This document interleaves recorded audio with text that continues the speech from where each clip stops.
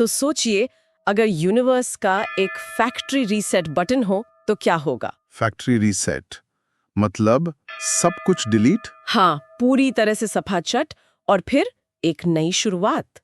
आज हमारे पास पद्म पुराण का एक ऐसा ही हिस्सा है जो ठीक यही कहानी बताता है। जब सब कुछ खत्म हो जाता है तो एक नई शुरुआत कैसे होती है? बिल्कुल, ये सिर्फ एक कहानी नहीं बल्कि एक कॉस्मिक रीबूट का पूरा प्रोसेस मैनुअल है। और ये मैनुअल शुरू होता है सबसे बुनियादी चीज से, समय। लेकिन जिस पैमाने पर यहाँ समय की बात हो रही है वो हमारे कैलेंडर और घड़ियों से बहुत बहुत आगे है। हाँ, मतलब हम दिन, महीने, साल की बात नहीं कर रहे हैं। शुरुआत की शुरुआत में ही समय की एक ऐसी गणना है जो सच में दिमाग घुमा देती है। ये सीधे ब्रह्मा की उम्र तक जाती है। बिल्कुल।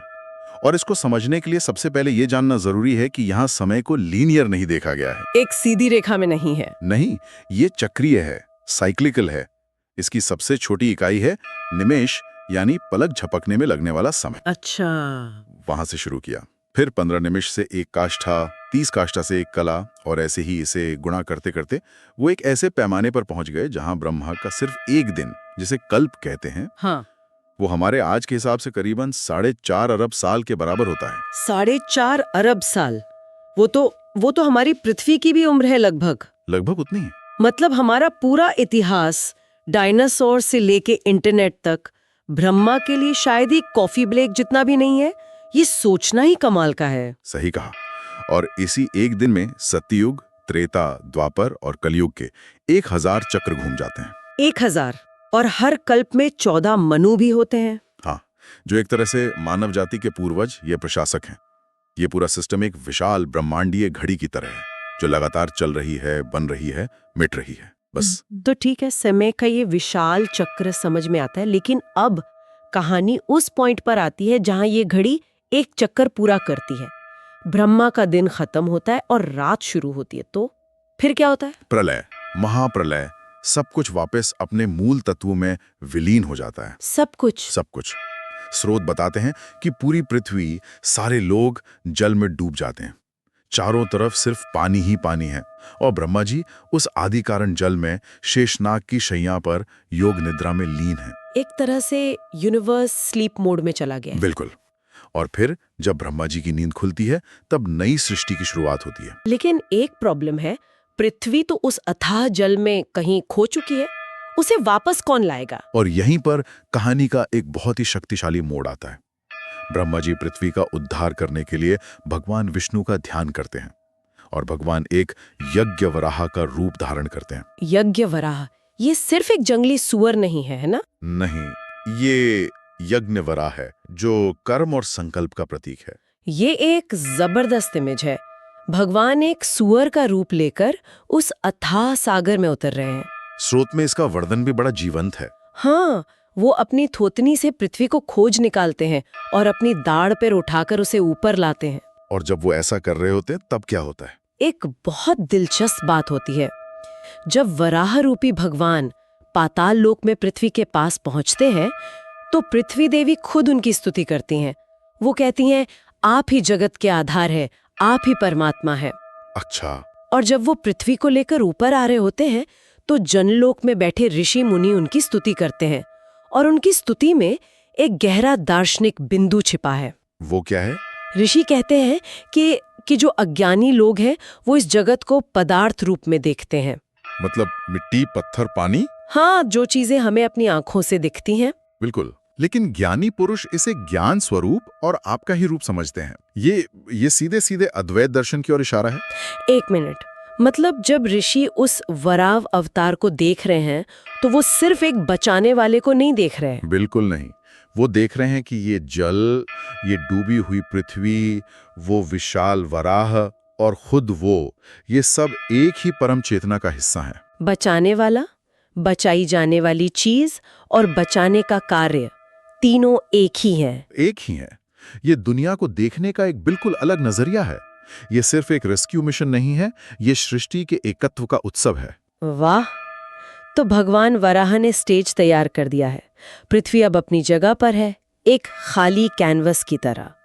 अब सवाल ये था कि इस कैनवस को भरेगा कौन? और यहीं पर ब्रह्मा जी की एंट्री होती है, जो इस यूनिवर्स के सबसे बड़े आर्टिस्ट हैं। हाँ, और वो ये काम बड़े व्यवस्थित तरीके से करते हैं। स्रोत में 9 तरह की सृष्टियों का जिक्र है। हाँ, ये कोई रैंडम प्रोसेस नहीं है, बल्कि एक सोचा समझा आर्किटेक्चर है। 9 तरह की सृष्टि, ये क्या है? पहली 3 प्राकृत सर्ग कहलाती हैं। ये सृष्टि के बिल्डिंग ब्लॉक्स हैं। पहला महत्तत्व, यानी ब्रह्मांडी बुद्धि। दूसरा तन्मात्राएं, मतलब शब्द, स्पर्श, रूप, रस, गंध। और तीसरा? और तीसरा इंद्रियां, यानी देखने सुनने की शक्तियां। ये सब अभी तक सूक्ष्म स्तर पे हैं। ठीक है, ये तो सृष्टि का एक तरह से ब्लूप्रिंट हो गया। असल दुनिया कब बननी शुरू होती है? वो होती है वैकृत सर्ग में। चौथी सृष्टि है मुख्य सर्ग, यानी जो स्थिर हैं, जैसे पहाड़ और पेड़ पौधे। पांचवी है तिर्यक योनि, यानी पशु पक्षी। छठी है देव सर्ग, देवताओं की सृष्टि। और सातवीं है मानव सर्ग, यानी हम इंसान। और 8वीं? स्रोत में उसे अनुग्रह सर्ग कहा गया है, और ये भी लिखा है कि वो सात्विक और तामस दोनों हैं। ये बात थोड़ी अजीब है, इसका क्या मतलब हो सकता है? ये एक बेहतरीन सवाल है। यहाँ सात्विक और तामस का मतलब अच्छाई बुराई से ज्यादा सृष्टि को चलाने वाली 2 मौलिक ऊर्जाओं से है। अच्छा, सात्विक यानी प्रकाश, ज्ञान, सृजन। हाँ। और तामस यानी अंधकार, जड़ता, स्थिरता।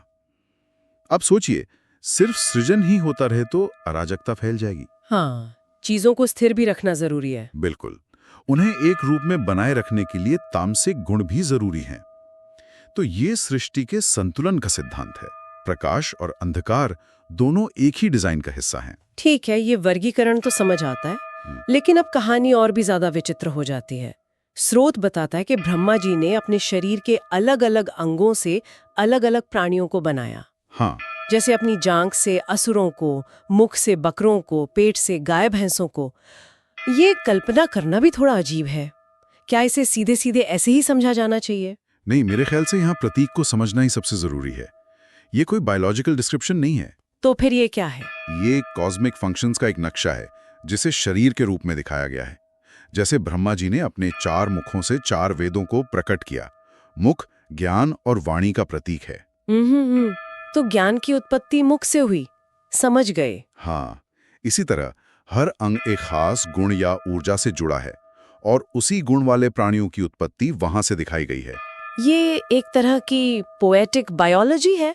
तो नया यूनिवर्स बन गया, नए प्राणी आ गए, मतलब सबके लिए एक फ्रेश स्टार्ट है ना? नहीं, यहीं पर ये कहानी एक बहुत ही गहरा मोड़ लेती है। अच्छा।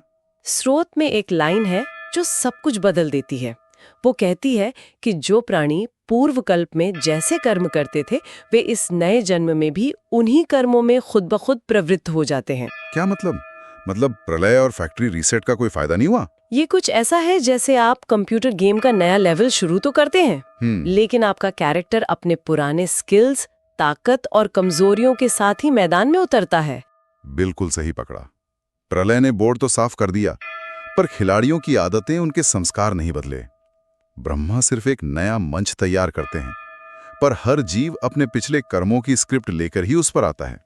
लेकिन अगर सब कुछ पिछले कर्मों के हिसाब से ही होना है, हमारी प्रवृत्तियां पहले से ही तय हैं, तो फिर इस नए कल्प में आजादी या फ्री विल के लिए कोई जगह है? ये इस पूरी कहानी का सबसे बड़ा सवाल है, और इसका जवाब हाँ और नहीं दोनों है। दोनों कैसे? हमारी प्रवृत्तियां, हमारी आदतें पुरानी हैं। ये हमारा प्री लोडेड सॉफ्टवेयर है। लेकिन इस कल्प में, इस जीवन में हमें ये मौका मिलता है कि हम उस सॉफ्टवेयर को होशपूर्वक बदलें, अपनी पुरानी आदतों को पहचानें और उन पर काम करें। हाँ, तो कर्म नियति नहीं है, प्रवृत्ति है, और उस प्रवृत्ति को बदलने की इच्छा ही फ्री विल है। तो मतलब इस नए जटिल यूनिवर्स में अपनी पुरानी आदतों के साथ जीना आसान नहीं होगा। ऐसे में ये समझ आता है कि लोगों को किसी तरह की सुरक्षा की जरूरत महसूस हुई होगी। जरूर हुई होगी। और शायद इसीलिए कहानी के आखिर में श्री नारायण कवच का जिक्र आता है। बिल्कुल। नारायण कवच सिर्फ एक प्रार्थना या मंत्रों का संग्रह नहीं है। ये एक तरह का आध्यात्मिक कवच या आर्मर है। इसे धारण करने का मतलब है खुद को हर दिशा से, हर परिस्थिति से सुरक्षित करने के लिए भगवान के अलग-अलग रूपों और आयुधों का आह्वान करना। ये कैसे काम करता है? मतलब क्या ये सिर्फ योद्धाओं के लिए था? नहीं, ये सबके लिए था। इसकी खासियत इसकी डिटेलिंग में है। आप कल्पना कीजिए कि आप एक विजुअलाइजेशन कर रहे हैं। आप प्रार्थना कर रहे हैं कि जल में मत्स्य भगवान मेरी रक्षा करें, जमीन पर वामन भगवान, और आकाश में भगवान का विराट रूप। हाँ, जंगल और युद्ध के मैदान में नृसिंह भगवान मेरी रक्षा करें। पूर्व में गरुड़ पर बैठे विष्णु, पश्चिम में सुदर्शन चक्रधारी विष्णु। इस तरह आप अपने चारों ओर एक अभेद्य आध्यात्मिक ऊर्जा का घेरा बना लेते हैं। ये डर और अनिश्चितता से लड़ने का एक मनोवैज्ञानिक और आध्यात्मिक तरीका है। बहुत शक्तिशाली तरीका। ये सुनने में तो बहुत शक्तिशाली लगता है। क्या स्रोत में इसका कोई उदाहरण भी है कि ये असल में कितना शक्तिशाली है? हाँ, एक बहुत ही यादगार कहानी है। गंधर्वराज चित्ररथ अपने विमान से कहीं जा रहे थे। अचानक एक जगह के ऊपर से गुजरते ही उनका विमान बेकाबू होकर क्या हुआ? सिर के बल नीचे गिर पड़ा। वो हैरान रह गए, कैसा कैसे हुआ? क्यों गिरा उनका विमान? कोई तकनीकी खराबी? नहीं। जब उन्होंने वहां मौजूद वाल्खिल्य मुनियों से पूछा तो उन्होंने बताया कि इस जगह पर एक ब्राह्मण ने नारायण कवच धारण करके अपने प्राण त्यागे थे। अच्छा। और ये जो जमीन पर बिखरी हुई हड्डियां हैं, ये उसी ब्राह्मण की हैं। उन हड्डियों के प्रभाव क्षेत्र में आने की वजह से तुम्हारा विमान गिर गया। एक मिनट, मतलब उस ब्राह्मण की मृत्यु के बाद भी सिर्फ उसकी हड्डियों में इतनी ऊर्जा बाकी थी कि उसने एक उड़ते हुए विमान को नीचे गिरा दिया? ये तो अविश्वसनीय है। हाँ, और यही इस कहानी का सार है। ये इस विचार को रेखांकित करती है कि आध्यात्मिक ऊर्जा भौतिक जगत पर सीधा प्रभाव डाल सकती है, यहाँ तक कि शरीर के न रहने के बाद भी। तो ये कवच सिर्फ शब्द नहीं, एक जीवंत शक्ति है। बिल्कुल, एक जीवंत शक्तिशाली ऊर्जा जो समय और भौतिक सीमाओं से भी परे है। तो आज हमने पद्म पुराण के इस हिस्से में सृष्टि और समय की एक असाधारण यात्रा की।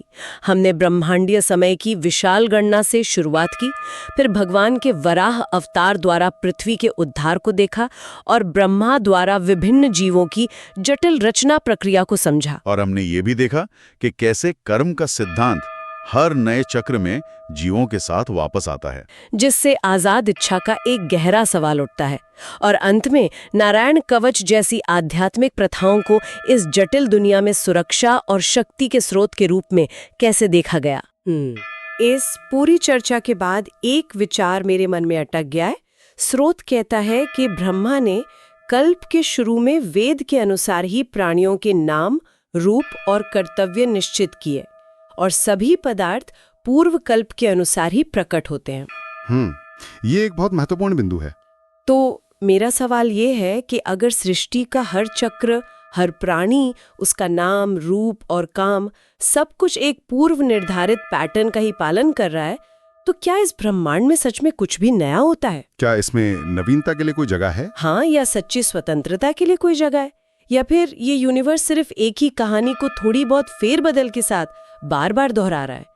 ये एक ऐसा विचार है जिस पे चिंतन किया जा सकता है।